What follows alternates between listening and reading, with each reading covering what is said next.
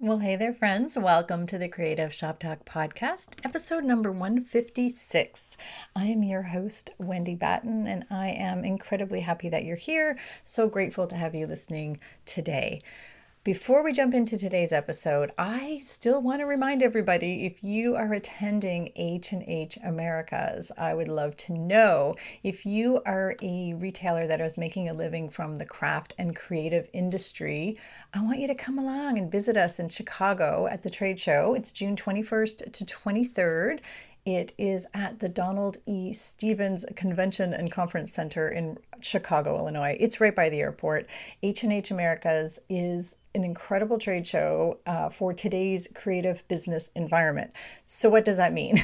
It means that there is going to be incredible places for us to learn about trends, be able to speak to vendors, other creatives, and it's designed specifically for retailers. So we have a discount code for you to use if you would like to join us at H+H Americas. I will be speaking. I'm doing two episodes. Two episodes? No, my friend, I'm doing two teaching sessions. two teaching sessions. It's a conference plus a trade show. So that's what makes it a little bit unique, and I really love that about it. If you would like a free exhibit pass, that's for the trade show, use code CST23 and we will have the link. It's H+H Americas. You can Google that and use CST23 or check in the show notes. But it's going to be a great session. So the CST23 is going to give you a free exhibit pass. But if you want to join me inside the conference part of it, inside of the conference parts, there's a separate registration. So just check for that. I'm going to be teaching two sessions, one on how to really step into our role as a CEO, from a hobby mindset to a CEO. And there's a whole lot of things going on there. It's going to be a great session. It's one of my more popular sessions. And I'm also going to be teaching a session on understanding how to teach a workshop and how to get people to show up to your events and to your workshops, and how to have them become loyal customers that stick around after, and how to really throw an amazing workshop or event in your shop. So I hope you'll join me. I'm also, if there's enough interest, I might be doing a meet and greet. We'll be chatting about that a little bit later as well. But please reach out if you have any questions about H+H Americas. I would love to see you in Chicago. I am so excited about this. So it is June 21st to 23rd. I am excited to be there. So hope you'll join me there as well too. Okay. One of the things I also wanted to do today before we jump into our session is our new shout out. I don't know, new thing. I don't know what we're calling this, but I wanted to add a little retailer love to all our episodes. So today's retailer love shout out is to Inner Circle member Gina Andis. So she owns the Vintage Charm Homestead in Long Grove, Illinois, and she has been tossed a lot of challenges and hardships in the last few months. I just keep watching this woman, just struggling. I hate saying struggling because she's just showing up so beautifully, but it's been like one dodgeball after another. And maybe you can relate. Have you ever had times where it's like, all right, like enough? But I just wanted to do a shout out to Gina, say, I see you. I see how you've been showing up for your family. I see how you've been showing up for your beautiful business. I see how you are doing true CEO retailer things. And you're asking for help. You're leaning into our Inner Circle community when you need to. You're not making excuses. You're moving forward. But what I love is that you're also hopefully, and I see this, I think, moving the goalposts to accommodate our life, right? When I say moving the goalposts, what I mean is I'm watching Gina, like we all have hopes and dreams and things that we want to get done, and we just have to make adjustments. So we can have all those goals and we can really want things to happen. But again, life gets in the way, and our businesses are built hopefully around our life being able to accommodate both, right? So she's moving the goalpost, she's moving the goals. I see you, Gina. I see your customers see you. And I know it's hard. You're doing a great job. I want to encourage our listeners here today. Go give Gina at the Vintage Homestead a follow, and make sure we're all showing up true in our own businesses. So a little retailer love and shout out to you, Gina. I just think the world of our Inner Circle members, and I really am seeing all the things that you're doing, Gina. So, okay, let's get on with the show. Today, we are going to be talking about ways to improve our merchandising for better sales. So we do all know that increasing our sales is crucial for success of our business. Kind of duh, right?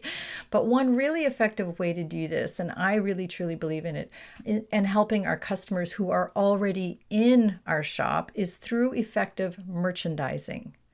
Now, merchandising is not about just pretty displays. That is part of it. We have to make them beautiful and luring and enticing. So it really helps. But it's also about designing and displaying things in our store and making our store layouts and the products in different ways that attract our customers and encourage them to buy. So yes, they're attracted by the beautiful things, but also, we need to make sure we're doing it in a way that encourages sales. So when this is done correctly, merchandising can really influence our buyers' behavior. It helps our customers also with their shopping goals, and it keeps them, kind of loyal to our store when they feel really good about shopping with us. A lot of this happens kind of not behind the scenes, but it happens intuitively for some of us, but not always for our customers. They don't even realize what's happening. So it also can help, obviously, with our higher order value. It's going to increase our sales, again, with the customers that are already in front of us. It can also help us move those new arrivals and slow moving inventory, and, it can make things go a little quicker for us. So we need to understand the importance of effective merchandising. And I'm going to share some tips today in this episode, and hopefully they will help you out. I honestly think they'll make a difference this weekend if you implement these strategies, these tips this weekend. This is just a little tiny taste of things that I think you can implement quickly if you're a retailer's inner circle member. And if you're not, why not? You can join us. You know that, hopefully. We have a full masterclass inside the Inner Circle. So those of you listening that are already Inner Circle members, and you may have forgotten about this, if this sparks oh yeah, I got to get on this kind of thought, we have that full masterclass inside the Inner Circle. It's in the headquarters under Masterclasses, and you'll see where it says merchandising. So go on in and grab that and get some more. Today, it's going to be 6 ways that I think we can improve our shop's merchandising. And again, this weekend. I think we can do it this weekend. All right, let's go. Let's get on with the show. Running a retail business doesn't have to be so hard. Welcome to the Creative Shop Talk podcast, the go-to podcast for creative shop owners, studio owners, and independent retailers. I'm your host, Wendy Batten, retail business coach and mentor. Each week, I'll share simple, proven business strategies, inspiring stories from fellow retailers, and advice from industry experts. Together, we're going to work to find the success you want from your retail business, with more profits in your till and a little more joy in your life.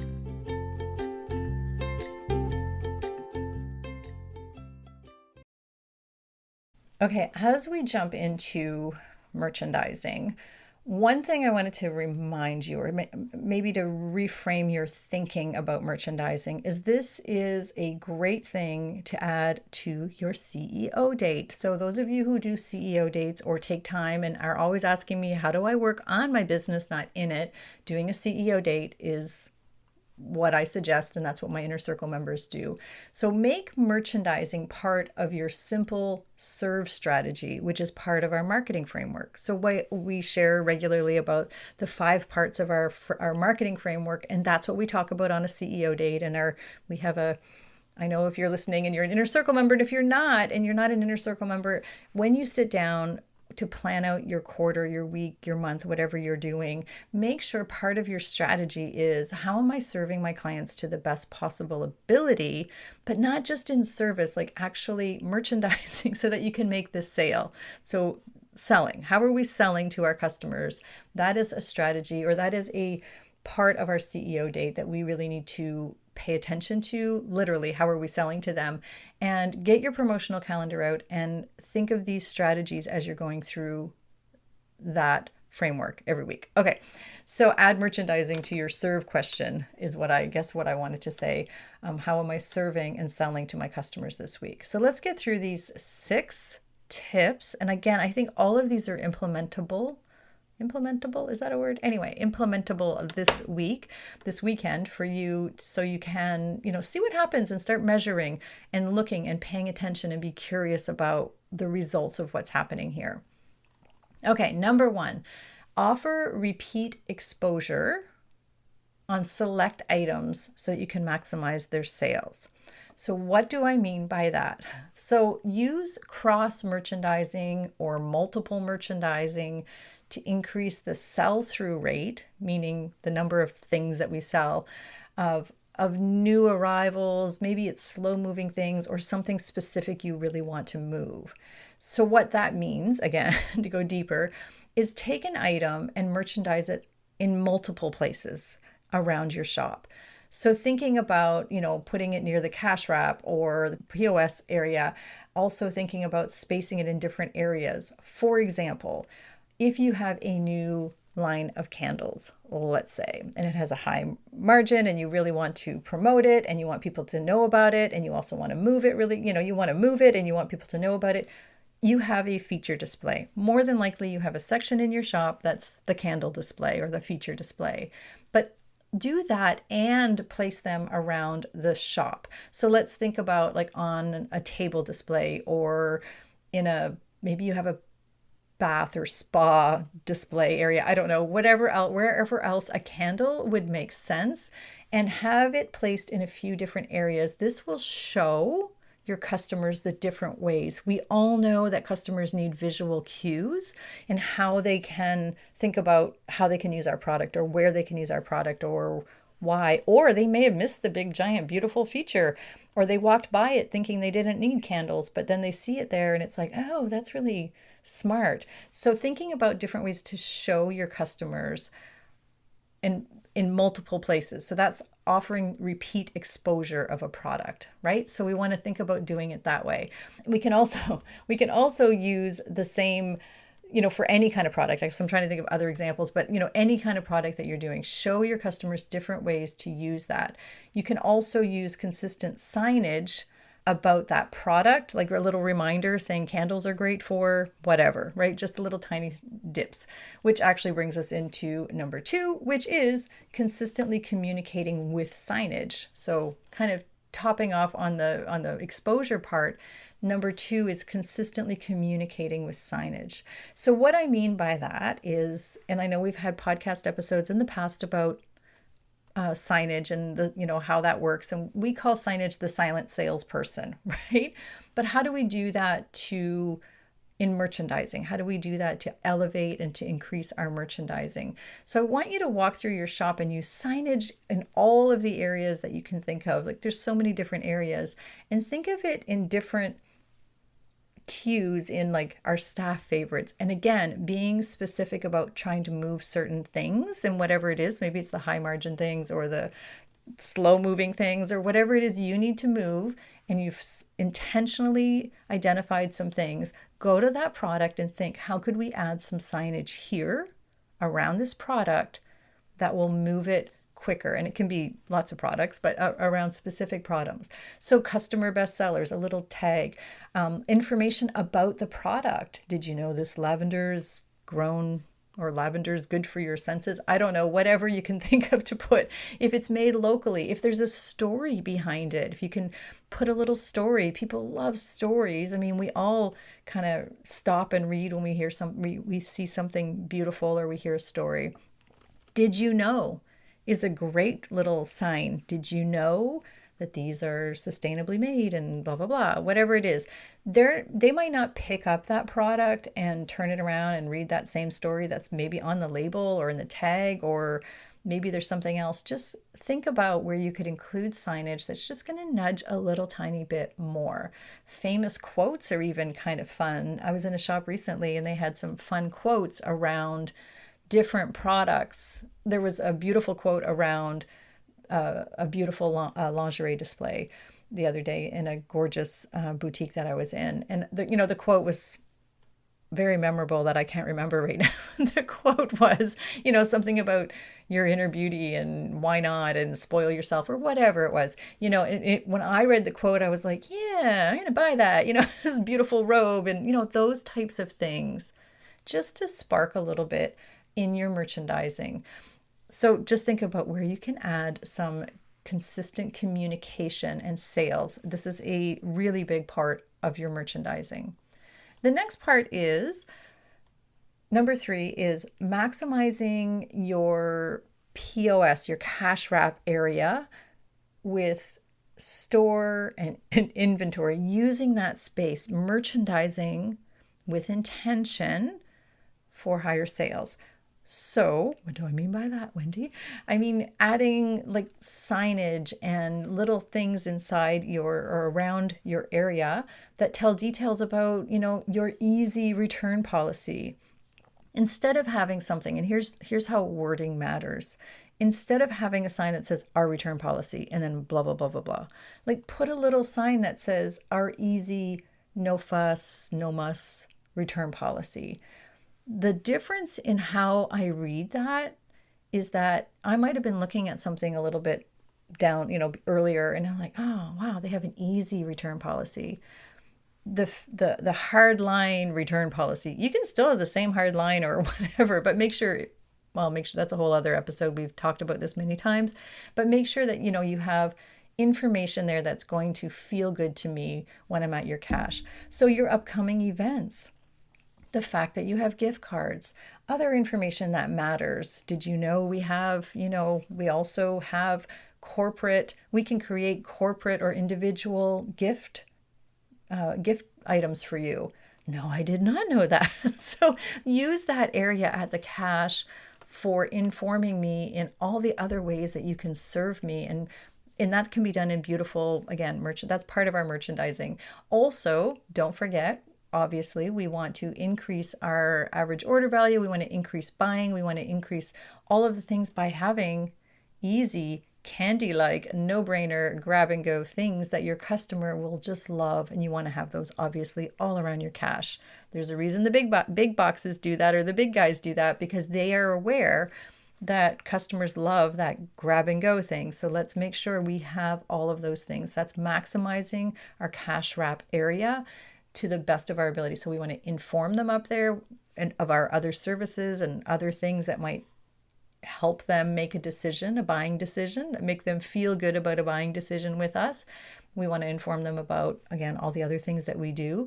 And we also want to make sure that we have products up there that are beautiful and easy for them to say, I have to have that too, right? So, okay, number 4, really identifying who your ideal customer is and how they shop. So this means different things for so many different retailers that I work with, that I have the pleasure of working with. But merchandising your store with your customer in mind, not you in mind. I know that doesn't sound good, does it? But it's not about you, it's about your customer. Obviously, the aesthetics and everything in your shop are about, how you want your brand to be. But I want you to think about the way your customer navigates through the store.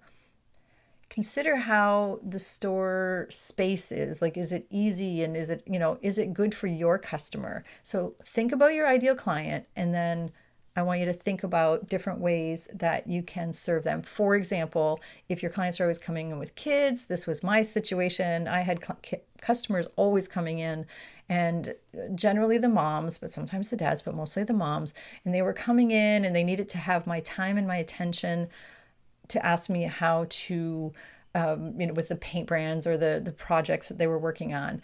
And the kids were like running around. So that's why kids' corners are invented.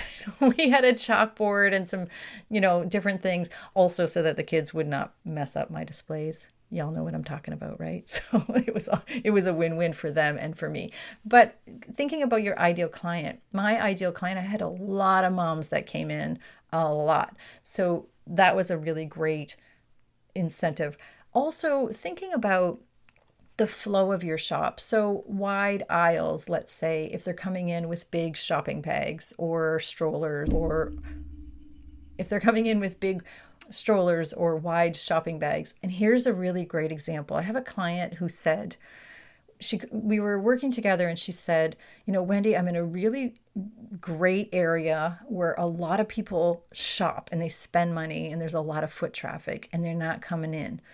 And, we kind of worked through a whole lot of other things, and I'm like, who? And she's like, I don't know why they're not coming in. So she did have clients coming in, and they always kind of put their bags down when they were coming in. And she started to think about, maybe I should put an area at the front where they can drop their bags so they can walk around. Her shop was beautiful, but tiny and really delicate. It was really delicate and hard to walk around. So we had a conversation. I'm like, ask these women, these regular women that come in. And she started getting feedback that I love your shop, but I find it too hard to walk around with because I'm like, I've always got my big purse and my big bags and everything here. And these were people with money that wanted to shop with her. I love your shop. I'd love to come in, but it's just too, they weren't even really identifying it that way, except other ways like, oh, I keep walking by because this, because that. And it was because they couldn't come in with, like, it was so hard to get around her shop. So what she thought was charming and beautiful, so she made big effort to open it up and, re-merchandise her shop because it was beautiful before. And she said people would stop and they would look in and they would ooh and they would ah and they wouldn't come in. So those conversations, again, unscalable conversations that she had with those women, and realizing that's the problem. Like, having a place for them to drop their bags at the front wasn't, most people don't want to leave their bags at the front, right? So she re-merchandised her store, and what a difference it has made. People come in, they feel good, they shop, they linger, they buy, right? So consider your ideal customer. Pay attention, get curious, like watch them, see where they go in your shop, see the flow. It's, is it easy to shop? Are they not buying anything that's below the waist? Sometimes customers just won't bend down. There's lots of places that they won't. Is it easy to get the clothing? Do you have too many, do they not want to ask for help? There's certain types of people, there's certain types of clients that will never say, do you have this in a size, whatever? Like, do you have to should you have all of the sizes out? Those are the things that only we can tell by paying attention and paying attention to our merchandising and paying attention to our customer, but coming from a point of knowing our ideal customer to a T. And again, if you're an Inner Circle member, we have an ideal customer worksheet in the masterclass. So go have a peek at that. So it's really important to understand who your person is and how they shop and why they're there and what they want and how, are they quick? Are they browsing? All of the things. I know that's a big session in itself, but really getting curious and paying attention and just thinking about that. Okay, number 5, let's get through this list so I don't keep you here all day and get back to doing all these things, right? Offer how-to tips within your display. This kind of goes back to your signage. It also goes back to my conversation that I share here on the podcast a lot about maybe doing free demonstrations and being really open, but incorporating how-to tips and hands-on demonstrations and opportunities for your customer to engage and to encourage. It will encourage them, if they can touch and feel, and that's why they're in your shop, right? That's why they come to real in-person shops. They want to touch and feel and see. So I have a client who has a touch bar. That always sounds funny when I say that, but a touch bar, it's all the different types of samples of the way all the fabrics feel. I have another client who has paint bars. We had a paint bar, with all the different types of paints that we sold, and you could take them out and try them. We used to have like a chair in the middle of our shop that on Saturdays, we'd have a can of paint and a paintbrush, and we'd let them use the really beautiful paintbrush and see how easy it was to paint a chair. And people would start and they couldn't stop. And then guess what? They would envision and imagine themselves back at home. It's possible for them, right? It was possible for them. They could imagine that they could paint the furniture at home. So what do you need to do to offer hands-on tips and encouragement for whatever it is you're selling? And that can be like a broad range of things. So informing your customers as well. It can be as simple as QR codes that lead to a video, or hey, thanks for asking about this. Here's a list of our YouTube channel, or here's a list of, whatever it is. QR codes are still popular. You know what? I feel like everybody's using them now. Like my 80-year-old dad is using them. So They are more popular, people understand them. It's the big revival, right? Since the pandemic, it's the one thing that's back and seems to be really popular. If that's not ideal for your client, have little handout cards or whatever you need to do, but that's part of your merchandise, that's part of your display. How can you merchandise really effectively so that your customers feel like they can get a demonstration or an explanation of what's happening, and how can they touch and feel and do and see about your product? Okay, number 6, making sure that your prime real estate spot in your store is effectively being used. So what do I mean by that? Again, pay attention to your most valuable area in your shop, the area that everybody goes to. Usually it's like the feature product. It's the feature, at the very beginning. Maybe it's to the direct right or wherever it is in your shop that everybody stops at, everybody buys from. Do not waste that space with low margin items or things that are not valuable. You need to use that space. That is your job, to make sure that you're effectively paying attention to all of that, to that area, so that you're making the most margins and you're making the most money from that space. So hopefully that made sense. Maximizing your high margin products there is basically, you want to use your real estate for good, right? So let's go through the 6 things again. I hope those all made sense to you. Again, merchandising, not just for beauty and everything, feeling good, because that's important, but we also want to make sure that we're merchandising to sell. Like, there's a difference there, my friends. So we want to offer repeat exposure on select items. That was number 1. Number 2, we want to consistently be communicating all the things with our customers with signage. Number 3, we want to maximize the area around our cash wrap and our POS area, our checkout area.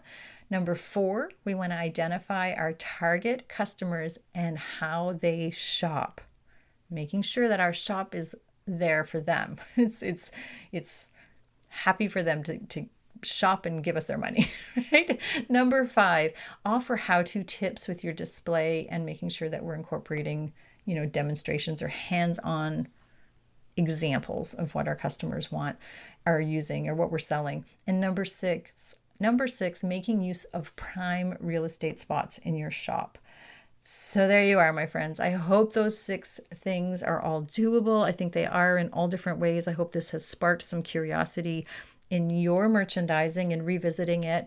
We all have these beautiful shops. I know if you're listening to me, you have a beautiful shop. I really want you to take it to the next level, whatever level that's at for you, and really get effective with your merchandising. It's so crucial right now to optimize, again, all of the customers that come in who are already in our shop or who have come into our shop.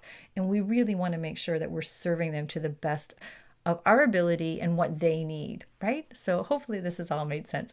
So thank you, my friends, for joining me today. I am super excited to be sharing some best of series coming up. There's lots of other fun things coming up. I hope if anything here has sparked, or if you're interested, the Retailers Inner Circle is open, and it is I'm very excited. We also have our Retail Made Simple course now on the front end of the Retailers Inner Circle, which is my 4-part, very popular course it's not standalone anymore. It's all part of the Retailers Inner Circle. So you take that and then you jump into the group and you lean in. It is an amazing community of helpful, forward-thinking retailers who are just, I always want to say, like, they're very thoughtful, high-touch, passionate retailers, and I'm so proud to kind of like host that container. And it's not about me and what we do, but we do have all the resources and libraries. It's about the community that's inside.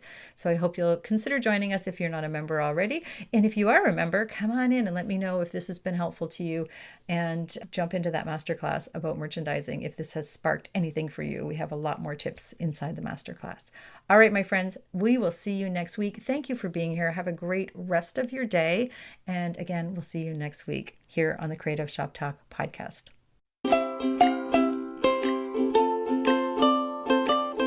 Well, that's it for this week's episode of the Creative Shop Talk podcast. I'm so glad that you were here to join us this week, and I hope you found value in what we're sharing here.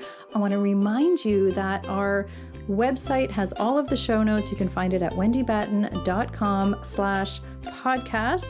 Everything that you need to hear about today's podcast is there. Also an opportunity if you need to reach out to me. If I can support you in any way whatsoever, please feel free to reach out.